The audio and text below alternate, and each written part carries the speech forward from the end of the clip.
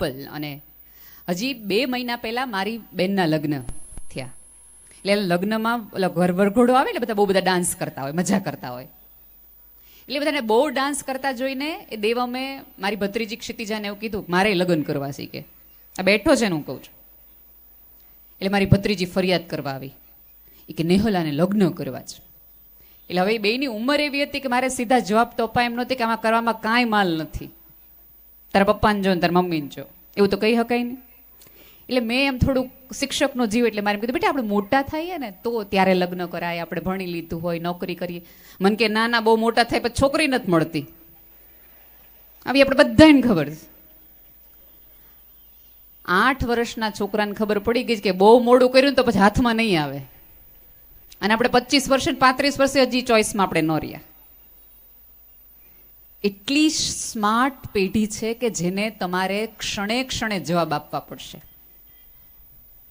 અને આપણા બધાની તકલીફ એ છે કે આપણે એક એવા સમયના દોરમાં છીએ, એવા મૂંઝવણના દોરમાં છીએ કે જ્યાં આપણે આપણું વિચારવાનું, આપણા બાળકનું વિચારવાનું, આપણા સમાજનું વિચારવાનું, આપણા બાળકને આવતા દિવસોમાં કયા પ્રકારના શૂઝ પહેરવા પડશે, કઈ પ્રકારની સ્કૂલમાં જવું પડશે, કઈ પ્રકારનું ઘર જોશે, એની 7 પેઢી બેઠા બેઠા ખાઈ શકે એની તૈયારીઓ કરવાની. એટલે 24 કલાક મજૂરોની જેમ કામ કરવાનું અને બાળક માટે વિચારતા રહેવાનું. અમારા જેવા બધા આવીને કે બાળકને પ્રેમ કરો.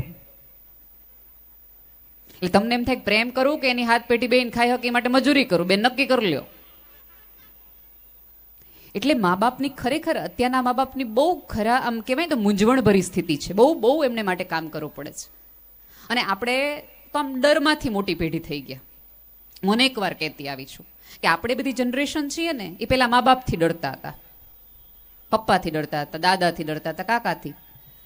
આપણે પેલા આપણા મા બાપથી ડર્યા, હવે આપણે આપણા સંતાનોથી ડરીએ છીએ. કારણ કે એને સહેજ કંઈક કયો એટલે બાયણું બંધ કરી દઈએ. એટલે તરત મમ્મી એમ કે તમને કોણે કીધું તો આને ખીજાવાનું, જો આને બાયણું કંઈક કરી લે તો કંઈક કરી લે એવા ડરમાં ને ડરમાં આપણે એને કંઈ કહેતા જ નથી. કારણ કે કહેવાય નહીં, કંઈ કહીએ તો આવું થાય. પણ ક્યારેય એવો વિચાર સમજાણો છે કે આ પેઢી થઈ કેમ ગઈ? અત્યારે આપણે બધાને એક ફરિયાદ છે કે બાળકો જિદ્દી બહુ છે, બહુ જ બાળકો જિદ્દી છે. ક્યારેય આપણે વિચાર્યું ખરું કે બાળકો જિદ્દી થયા શું કામ? એના બહુ બધા કારણોમાં મૂળમાં જશું ને તો આપણે જ છીએ. લોકો એવું માને છે કે અત્યારે બધા જ એવું કહે છે, શિક્ષકો એવું કહે, સંસ્થાઓ એવું કહે, સમાજ એવું કે બાળકને સમજી જાઓ, બાળકને સમજી જાઓ. બાળકને સમજવાનું ન હોય, બાળકને પ્રેમ કરવાનો હોય. પ્રેમ કરતા જાઓ ને સમજતા જાઓ અને ઓળખતા જાઓ. જે વ્યક્તિને તમે સમજી લ્યો તો સમજ્યા પછી ખબર પડે કે આને વેર રહી નહીં શકાય. એટલે એને પ્રેમ કરતા જાઓ તો તમને સમજવાની મજા આવે, તમને ઓળખાતા જાય, તમે ખુલતા જાઓ. એટલે બાળકને સમજવા કરતા એને બિનશરતી પ્રેમ. જો આ આખી સભ્યતાને એક વહાણ એવું છે કે જેમાંથી બાળકને બચાવી શકાય એમ નથી.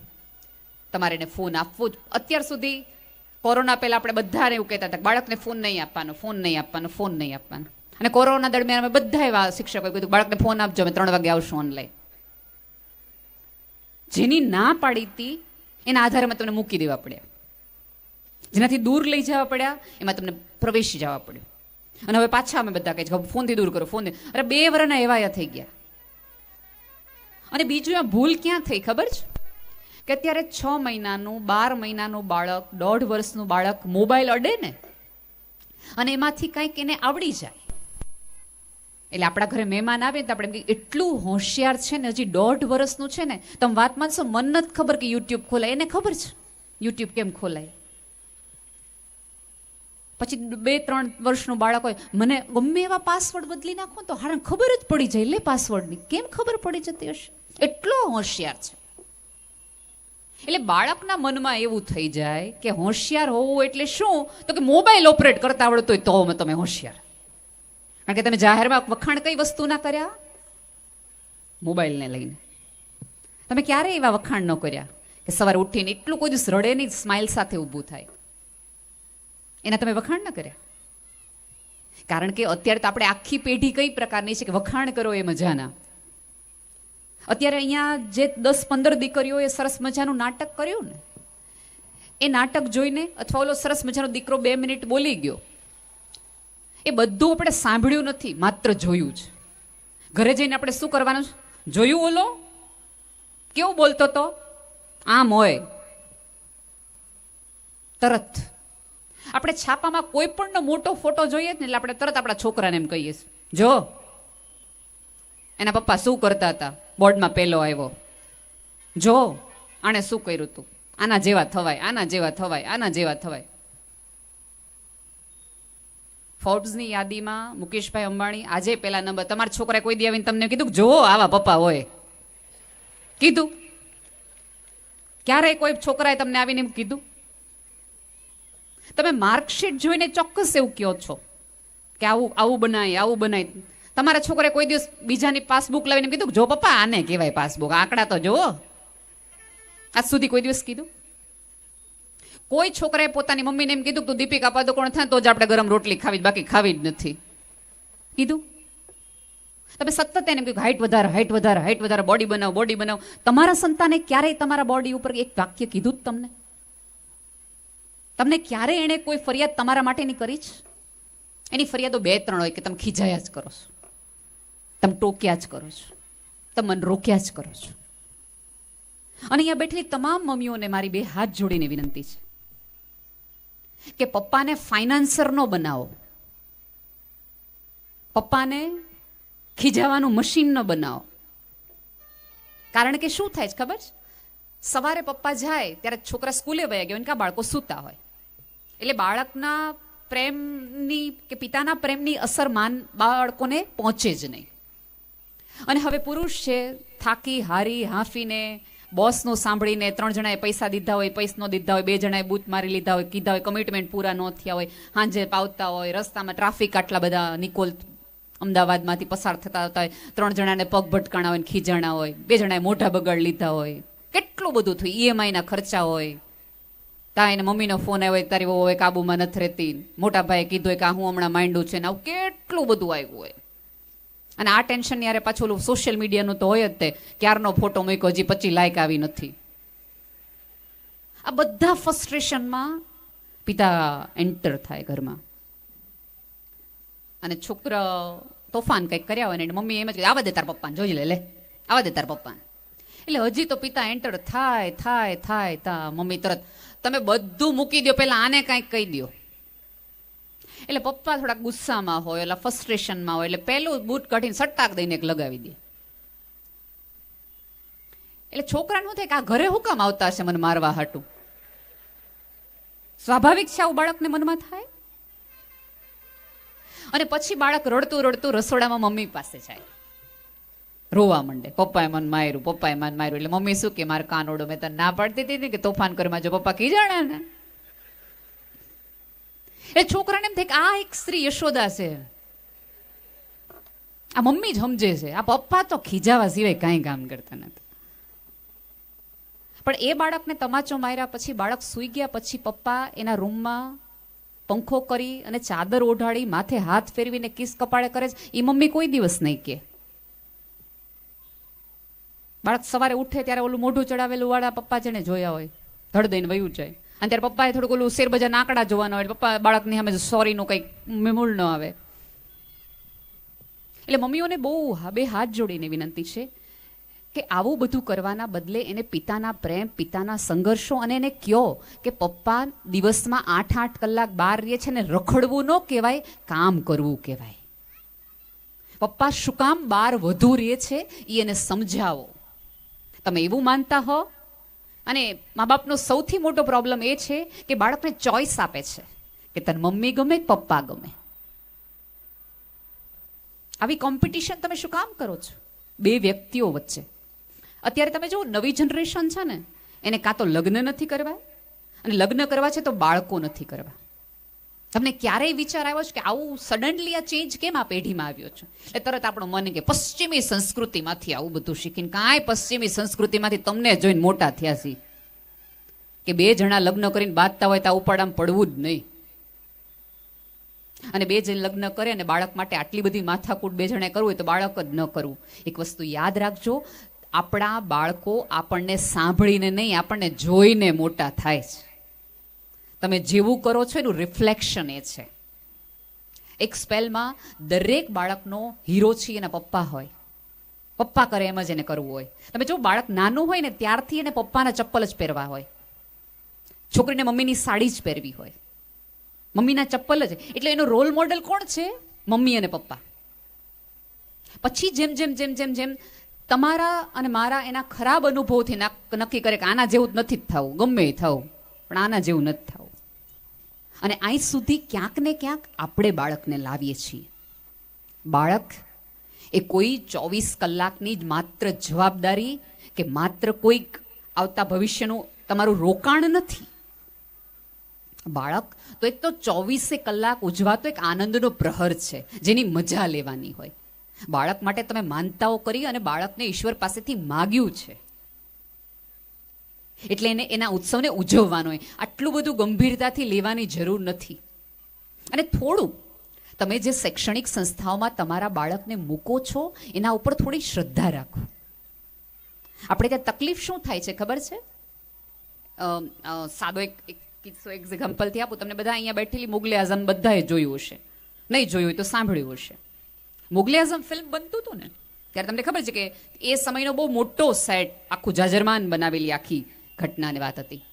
એમાં દિલીપ કુમારની મોજડી હતી અને જેમાં એના ડાયરેક્ટરે એમ કીધું કે આ મોજડીમાં રિયલ ડાયમંડ, સાચા હીરા નખાવડાવો. એટલે ઓલા ફાઇનાન્સરે કીધું કે લોકો દિલીપ કુમારનો ચહેરો જોવા આવે છે, એની મોજડીમાં સાચા હીરા છે ખોટા હીરા છે એ ક્યાં ખબર પડવાની છે? ગમે એમાં નાખને આટલા ખોટા શું ખર્ચા કરાવે છે કે કોણને ખબર પડવાની છે કે આ રિયલ સાચા હીરા નાખ્યા છે ખોટા હીરા નાખ્યા છે? ઘરેણા ખોટા રાખે તો મોજડીમાં હું કામ કે આટલા બધા પૈસા નાખીને સાચા હીરા નખાવે છે?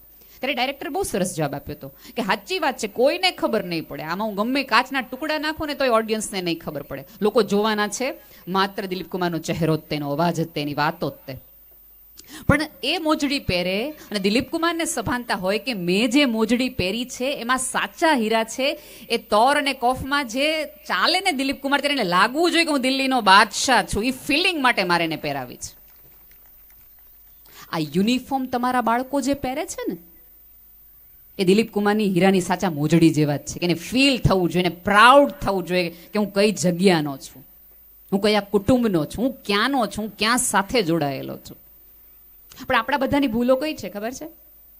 કે કોઈક આવે, મહેમાન આવે, પૂછે કઈ સ્કૂલમાં ભણે છે, એટલે આપણે નામ આપીએ, પછી 3-4 વાયતા કરે, ખોટા ખર્ચા બહુ કરાવે છે, બેનને કંઈ આવડતું જ નથી, અંગ્રેજી ભણાવે છે. બેનને સાંભળો તો આપણે કે આવું અંગ્રેજી હોય? ગણિતના સાહેબનો તો સ્કૂટર તમે જોવો તો કાંઈ લઈ લેવાનું નથી, હજી બદલાયું ને 3 વર્ષથી એક્ટિવા જૂનું વાપરે છે. એટલે છોકરાને એમ થાય કે મારા મમ્મી પપ્પા કહે છે ને વાત તો સાચી છે, સાહેબમાં કાંઈ લઈ લેવાનું નથી, બેનને અંગ્રેજી આવડતું નથી અને સાહેબનું સ્કૂટર હજી જૂનું છે. અને પછી તમે સવારે ઓલો આપણે કંઈક આપણા ઘરમાં પૂજા હોય ને પછી એમ કહેવાય બોલો ગુરુદેવો બ્રહ્મા મહેશ્વર. તમને શું લાગે છે તમે આપેલા આ સર્ટિફિકેટો પછી તમારું બાળક એ તમને કહેશે? નહીં. તમે ઈચ્છતા હો કે તમારું બાળક તમને સન્માન આપતું થાય, તમારા મૂલ્યોને, તમારા સંસ્કારને, તમારી સભ્યતાને સન્માન આપતું થાય, તો સૌથી પહેલી વસ્તુની જરૂર એ છે કે તમારા બાળક જે શિક્ષક પાસે, રાધર તમારું બાળક એવું કહે ને કે મારા સાહેબને બરાબર નથી ભણાવતા, ઓલું નથી આવડતું, મારા સાહેબ આવા છે, મારા બેન આવે છે, ત્યારે એનો કાન પકડીને એને કહેજો બેટા એને મૂળ નહીં. તમે સન્માનની અપેક્ષા રાખતા હો તમારા બાળક પાસે તો પહેલી પૂર્વ શરત એ છે કે તમારા બાળકોને સન્માન આપતા શીખવાડો, તો એ તમને કોક દી આપશે. આપણે જ આપણા મોટાને પગે લાગતા હોઈએ ને ત્યારે મોઢું બગાડીને પગે લાગીએ, આ લાગવું પડે, માસીજીત મને જરાય ગમતા નથી, પણ હવે શું થાય, શરમે ધર્મે લાગીએ પગે. એટલે છોકરાને એમ થાય કે શરમે ધર્મે પગે લાગવાનું હોય, બાકી દિલથી ન લાગવાનું હોય. અને પાછો હવે તો ડાયલોગ એવા પુષ્પા ઝુકેગા નહીં, છોકરાને ઝૂકી ગયા તો ઓલું બગડી ગયું તો. અને અત્યારે બહુ મોટી ચેલેન્જ કઈ છે ખબર છે? કે આપણે બાળકને મહેનતનું મહત્વ શીખવાડીએ, પ્રમાણિકતાનું મહત્વ શીખવાડીએ. હવે તમે જુઓ કે જે ધોનીએ આખી જિંદગી કાળો થયો આ ગ્રાઉન્ડમાં દોડ્યો, મહેનત કરી, બેટિંગ કરી, બોલિંગ કરી, એના આધારે કરોડો કમાણો, નામ કમાડ્યું. એ ધોની આપણને એમ કે મોબાઈલમાં ગેમ રમો, ક્રિકેટ રમો. જે ઋતિક રોશન ઓલું એનું ગીત હતું ને સૌથી પહેલું, એને કહો ના પ્યાર હે, એક આમાં હાથ વાળું, એ એક ગીતના પ્રેક્ટિસ માટે, એ એક સ્ટેપ માટે એણે 18 કલાક પ્રેક્ટિસ કરી.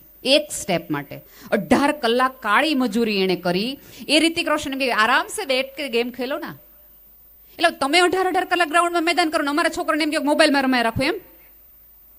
અને ફ્રન્ટ પેજની મોટી જાહેરાત આવે જેમ એકો દોડી તીડી દેખાડ્યો હોય. અને આપણે સ્કૂલમાં શિક્ષકો એમ કહેતા કે જુગાર રમવું એ પાપ છે. અને અત્યારે છાપામાં એવું થાય કે તમે, અને આ તો અત્યારે તકલીફ જ છે કે તમે રિયલમાં જુગાર રમત પોલીસ પકડી જાય, પણ મોબાઈલમાં રમત તમને કાંઈ ન થાય. એટલે આ બધા વચ્ચે તમારે રાખવાનું. હું એક વાર કહેતી આવી છું કે ધર્મ છે ને, અધ્યાત્મ છે ને, એ ફ્રીઝનું કામ કરે.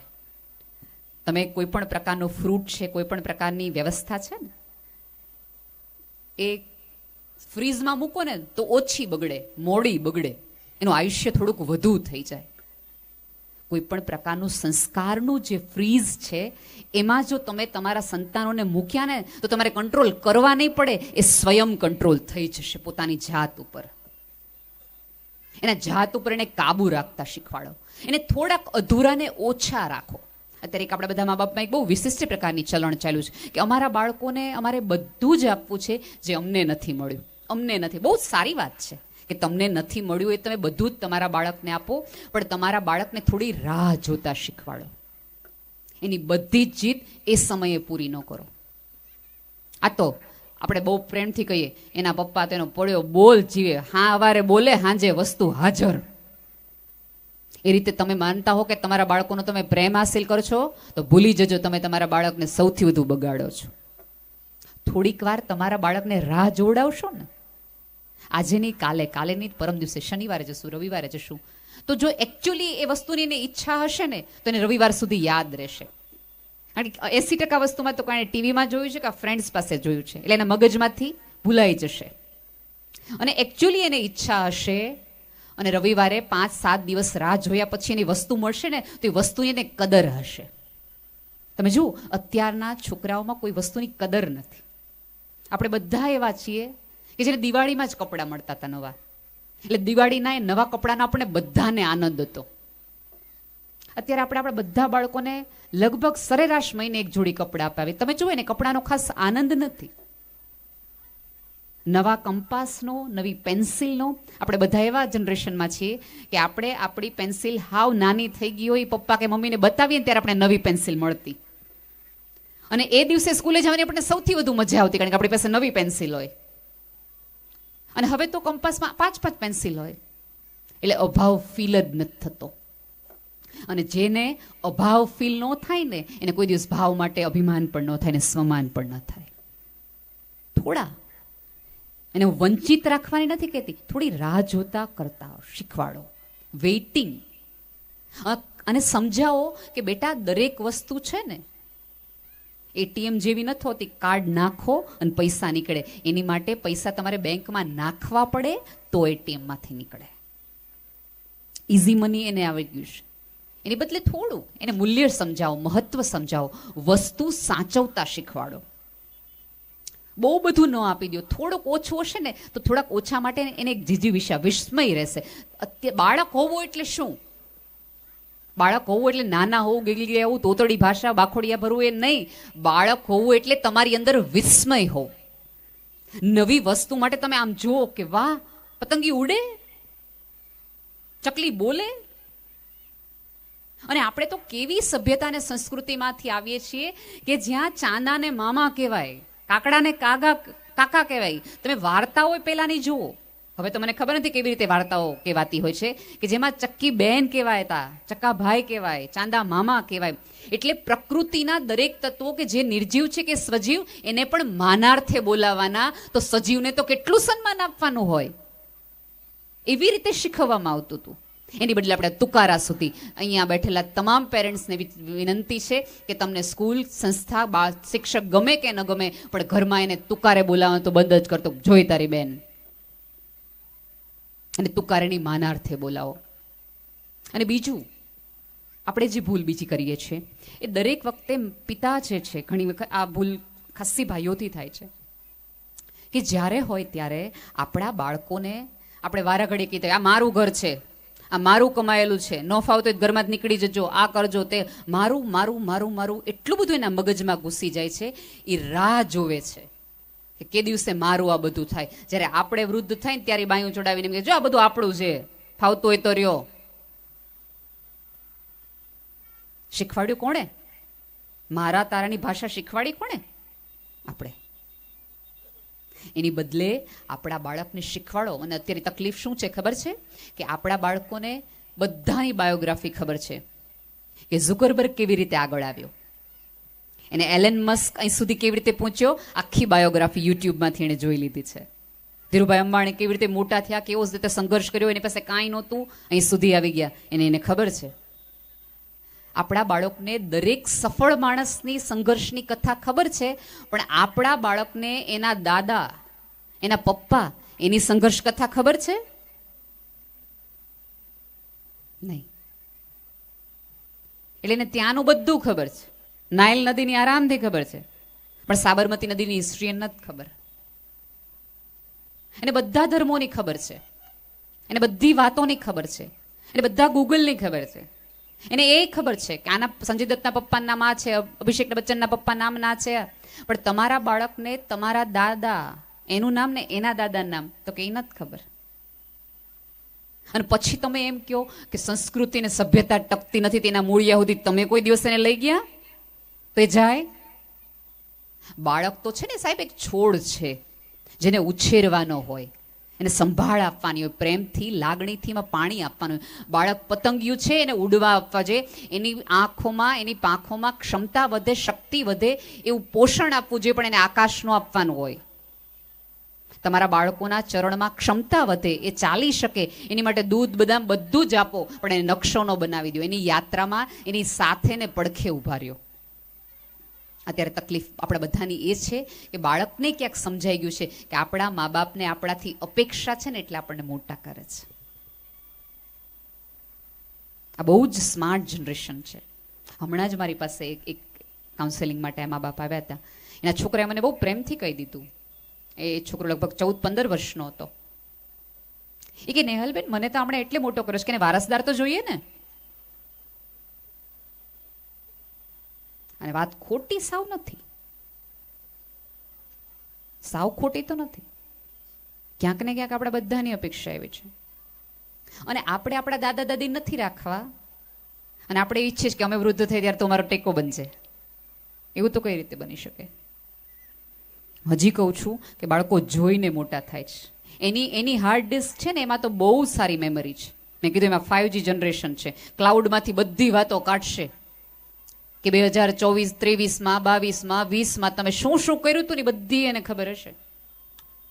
આપણે યાદશક્તિ ટૂંકી હતી, આને તો આપણે બદામ ખાઈને, આપણે તો પાણેથી બદામ પાડીને ખાધી છે, આને તો બદામ ઉલી ખાધી છે યાદશક્તિ માટે. તમારા બાળકની યાદશક્તિ વધે, ક્ષમતા વધે, એની માટે બદામ ખવડાવો, પણ એની માટે બદામ ન ખવડાવો મેં તારી માટે હું કર્યું છે, એ તારે યાદ નથી રાખવાનું. તમારા બાળકને એવી શ્રદ્ધા બેસવી જોઈએ. અત્યારના મા બાપો એક જ કામ કરવાની જરૂર છે કે તમારા બાળકમાં સાચી શ્રદ્ધાનું નિરૂપણ કરો. આ બધી ધાર્મિક સંસ્થાઓ છે, આવી બધી ગુરુકુળો કામ શું કરે છે કે બાળકમાં એકાદ શ્રદ્ધાનું રોપણ કરે છે. આપણે બધા અત્યારે શ્રદ્ધામાંથી આપણે એવા મા બાપ થઈ ગયા છીએ કે શ્રદ્ધામાંય આપણા દેવાળિયા થઈ ગયા છે કે આપણે બાળકોને સાચી શ્રદ્ધા નથી આપી શકતા. આપણે કામ ન કરે તો આપણે ભગવાને બદલાવી નાખીએ કે આ ભગવાન તો 2 મહિના જ પૂજા કરું, કાંઈ કરતા નથી, બીજા લાવો, બીજી માનતા કરો. એટલે બાળકે જુએ છે કે મારા પપ્પા, મારા મમ્મી સિઝન પ્રમાણે ઈશ્વર બદલાવે છે. એની બદલે આપણે ત્યાં કુળદેવીની પરંપરા એટલા માટે જ હતી કે એક શ્રદ્ધા ઉપર તમને એવી અડગ શ્રદ્ધા હોય કે આ બધું આપ ઉપર, આનાથી વિશેષને આગળ કશું નહીં. ક્યાંક તમારા બાળકમાં એવી શ્રદ્ધા રોપો કે એને એવું થઈ જાય કે જગત આખું મારાથી દૂર થઈ જાય, ગમે એવી મોટી તકલીફ થઈ જાય, મારા મમ્મી પપ્પા મને આવવા દેશે. આપણે શું કરીએ છીએ, 10માં નાપાસ થાય તો આ ઘરમાં આવતો નહીં, કાંઈ ઓલું ન થાય તો આમાં આવતો નહીં. એટલે એને એવું થાય છે કે મુશ્કેલીમાં મુકાઈ જાઓ, નિષ્ફળ જાઓ તો ઘરે ન જવાય, કાકરિયાની પાળે જવાય. હું એકવાર દાખલો આપું છું કે જો સફળ પિતા તરીકેનો દાખલો આપવો હોય તો અમિતાભ બચ્ચનનો નહીં, સુનિલ દત્તનો આપું. કારણ કે એને ખબર હતી કે એનો દીકરો ડ્રગ્સમાં હતો, એના દીકરાને કેટલી બધી સ્ત્રીઓ સાથે સંબંધ હતા, એનો દીકરો જેલમાં જાય એમ હતો, એના દીકરાને આતંકવાદીઓ સાથે સંબંધ હતા. તેમ છતાં એક પિતા તરીકે એની સાથે સતત ઉભો રહ્યો. ખોટો જગત આખું એની વિરુદ્ધમાં હતું, તોય ઉભો રહ્યો ને. એટલે આજે સંજય દત્ત પાસે ફિલ્મો છે, નવો માણસ ને સાચો માણસ બદલાવીને આવ્યો. બધું ખબર ને ખોટું હોવા છતાંય પિતા તરીકે બાજુમાં ઉભો રહ્યો. અને અભિષેકની નિષ્ફળતા વખતે અમિતાભ નો રહ્યા એટલે હજી 80 વર્ષે કામ કરવું પડે છે. ખબર છે કે આ કાંઈ ઉકાળી શકે એમ નથી, આપણે જ કરીને જવાના હતું. તમને સમજાય છે કે તમારું બાળક ખોટા રસ્તે છે ત્યારે એનો હાથ મૂકી ન દેવાનો હોય, એનો હાથ પકડી રાખવાનો હોય. કારણ કે કાદવમાં એની અંદર ઉતરવાનું, એનો હાથ પકડવાનો અને એને કાદવમાંથી બહાર લાવવાનો. ત્યારે કિનારે બેઠા બેઠા પ્રવચનો ન આપવાનો, અમે તને ના જ પડી હતી, કંઈ પડતો નહીં તો તું ગયો, હવે તારા કર્મો તું ભોગવ. એક બહુ પુલ હતો, નદીમાંથી પસાર થવાનું હતું, એક જગ્યાએથી બીજી જગ્યાએ જવાનું હતું. એટલે પિતાએ પોતાની દીકરીને કીધું કે બેટા આ પુલ છે ને ઝૂલતો છે અને પવન બહુ જ છે, શક્યતાઓ બહુ જ છે કે પુલ તૂટી જાય એમ છે, અઘરું પડશે, એટલે તું મારો હાથ પકડી લે, અને તું મારો હાથ પકડી લઈશ ને તો તું આરામથી પુલ પાર પસાર કરી જઈશ, તને વાંધો નહીં આવે, આપણે સામા કિનારે જઈ શકશું. એટલે ઓલો સરસ મજાની નાની એવી દીકરી છે ને પપ્પાને એવું કહે છે કે ના પપ્પા, હું તમારો હાથ પકડું એમ નહીં, તમે મારો હાથ પકડી લ્યો. એટલે એના પપ્પા એમ કહે છે બેટા શું ફરક પડે, તું મારો હાથ પકડ કે હું તમારો હાથ પકડું, કાંઈ ફેર ન પડે, હાથ જ પકડવાનો છે ને. કે પિતાએ એવું કીધું. તો દીકરીએ એવું કીધું કે ના પપ્પા, મેં તમારો હાથ પકડ્યો હશે ને તો થોડોક પવન આવશે, પાણીમાં પડશું ને તો હું તમારો હાથ મૂકી દઈશ થોડાક મુંજારામાં, તકલીફમાં. પણ તમે જો મારો હાથ પકડ્યો હશે તો ગમે એવા પાણીમાં ડૂબી જશો ને તમે મારો હાથ નહીં મોકલો, કારણ કે હું તમારું અંશ છું, એટલે તમે મને નહીં જવા દો. તમારા બાળકમાં એટલું શ્રદ્ધાનું રોપણ કરો કે જગતની ગમે એવી નિષ્ફળતા, જગતની ગમે એવી તકલીફ, ગમે એવા મુંજારા વખતે મારો બાપ મારો હાથ મૂકે જ નહીં, એટલા માટે મારે એની પાસે રહેવું જોઈએ, એટલે મારે એને સન્માન આપવું જોઈએ. આવી શ્રદ્ધાનું નિરૂપણ કરી શકીએ તો આપણે મા બાપ કહેવાઈએ. સંતાનોના ચોકીદાર ન બનો, એના માતા પિતા બનો, એને સાંભળવાનું કેન્દ્ર બનો. આપણને કેમ નાના એવા બાળક માટે આટલા બધા પ્રશ્નો શું કામ થાય? જો શું ભણવું, શું વાંચવું, કઈ રીતે બોલવું, લખવું, એ બધું શિક્ષકો કરાવડાવી દેશે. પણ કોને સન્માન આપવું, કોની તકલીફ વાંચવી, કોકના મૂંઝારા, અહીંયા બેઠેલા તમામ પેરેન્ટ્સને વિનંતી છે કે જ્યારે રવિવારે બહાર જમવા જાઓ ત્યારે ઓલા બહાર જે માગતા ભિખારીઓવાળા સંતાનો છે ને એને ધૂતકારો નહીં, તમારા બાળકોને દેખાડો કે ભરપેટ જમવાનું ન મળે તો આ સ્થિતિ આવે, અને એની માટે મા બાપ હોવું જરૂરી છે, અને મા બાપનું કમાવવું જરૂરી છે, પપ્પાનું બહાર જવું જરૂરી છે. આપણી આજુબાજુ જ ઉદાહરણો હોતા હોય છે, આપણે લેતા નથી હોતા. હું તો અનેક વાર કહું છું કે અમારી જે સ્કૂલો છે એ વિશિષ્ટ બાળકોની છે કે જેમાં બુદ્ધિ ઓછી, આંખ ન હોય, તકલીફ કેવી મૂંઝારા હોય. તમારા બાળકોને ક્યારેક આવા ઓછા અંગવાળા બાળકો દેખાડો કે બેટા તારી પાસે આંખ છે, કાન છે, નાક છે, હાથ છે, બોલી શકે છે, ચાલી શકે છે, દોડી શકે છે, એનું કેટલું મોટું મહત્વ છે, ઈશ્વરની કેવી મોટી કરુણા છે. પણ આપણે મોલ દેખાડીએ, મલ્ટીપ્લેક્સ દેખાડીએ, ડિઝનીલેન્ડ દેખાડીએ, અધૂરપને ઓછું અનાથાશ્રમ ન દેખાડીએ. ચોક્કસ ડિઝનીલેન્ડે દેખાડો, વિશ્વનું જે પણ સુંદર છે તમારા બાળકને દેખાડવું જ જોઈએ તમારે, પણ એનો અર્થ એ નથી કે તમે જગતના દુઃખોથી તમારા બાળકને પ્રોટેક્ટ કરો. આપણે મા બાપ તરીકે એવું ઈચ્છીએ કે આપણા બાળકોના જીવનમાં ક્યારેય દુઃખ, તકલીફ, મૂંઝવણ આવે જ નહીં, પણ જીવન એવું છે નહીં. દુઃખે આવશે, નિષ્ફળતાએ આવશે, ને પચાવીએ પડશે, અને નકારે તે. અત્યારના મા બાપમાં આપણી મોટી એક નિષ્ફળતા એ છે કે આપણે બાળકોને ના સાંભળતા નથી શીખવાડતા. થોડીક નાની ટેવ પાડો કે પપ્પા ના પાડે કે મમ્મી ના પાડે તો એ સ્વીકારી લેવાનું હોય. અત્યારના બધા જનરેશનમાં તકલીફ શું છે? હમણાં ભાવનગરમાં 3 દિવસ પહેલા 13 વર્ષના બાળકે એના ભાઈબંધનું ચાકુથી ગળું કાપી નાખ્યું. 13 વર્ષની ઉંમરે તો આપણને આપણા મમ્મી પપ્પા ટીવીનું રિમોટ હાથમાં નહોતા આપતા, ચાકાની તો ક્યાં વાત કરો છો તમે? એમાંથી આપણે છીએ. અને એ બધા વચ્ચે તમે જો જનરેશન કઈ રીતે વહી ગઈ છે, અને આ બધા વચ્ચે તમારે એને બચાવી નથી શકવાના. એવું નહીં કરી શકે કે આમ કરી દે, તાર જોવાનું નથી, તાર જોવાનું નથી. એને આ બધું જ જોવું પડશે, આ ગલીમાંથી જ પસાર થવું પડશે.